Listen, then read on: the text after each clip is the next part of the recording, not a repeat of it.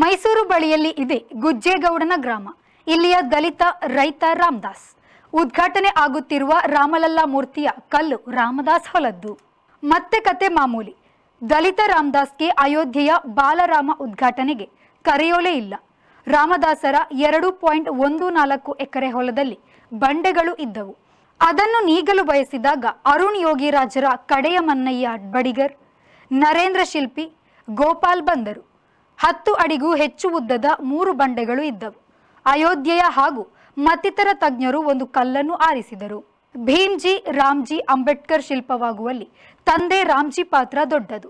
ಹಾಗೆ ರಾಮಲಲ್ಲಾ ಹಿಂದೆ ದಲಿತ ರಾಮದಾಸ್ ಪಾತ್ರ ಇದೆ. ಲಕ್ಷ್ಮಣ, ಭರತ, ಶತ್ರುಘ್ನ ಕೆತ್ತನೆಗೂ ಇವರ ಹೊಲದ ಕಲ್ಲೇ ಹೋಗಿದೆ. ಈಗ ಊರವರು ಇಲ್ಲಿ ರಾಮ ಮಂದಿರ ಬೇಕು ಎಂದಿದ್ದಾರೆ. ರಾಮದಾಸ್ ಅದಕ್ಕೂ ಈಗ ನೆಲದಾನ ಮಾಡಿದ್ದಾರೆ. ಈ ರಾಮ ಮಂದಿರ ಉದ್ಘಾಟನೆಗೆ ದಲಿತ ರಾಮದಾಸ್ಗೆ ಆಹ್ವಾನ ಇರುತ್ತದೋ ಇಲ್ಲವೋ ಗೊತ್ತಿಲ್ಲ. ಬಡಗಣ ಭಾರತದಲ್ಲಿ ಬ್ರಾಹ್ಮಣರಲ್ಲಿ ರಾಮನ ಹೆಸರು ಇಲ್ಲ. ಆದರೆ ರಾಮ ಹೆಸರು ದಲಿತರಲ್ಲಿ ವ್ಯಾಪಕವಾಗಿದೆ.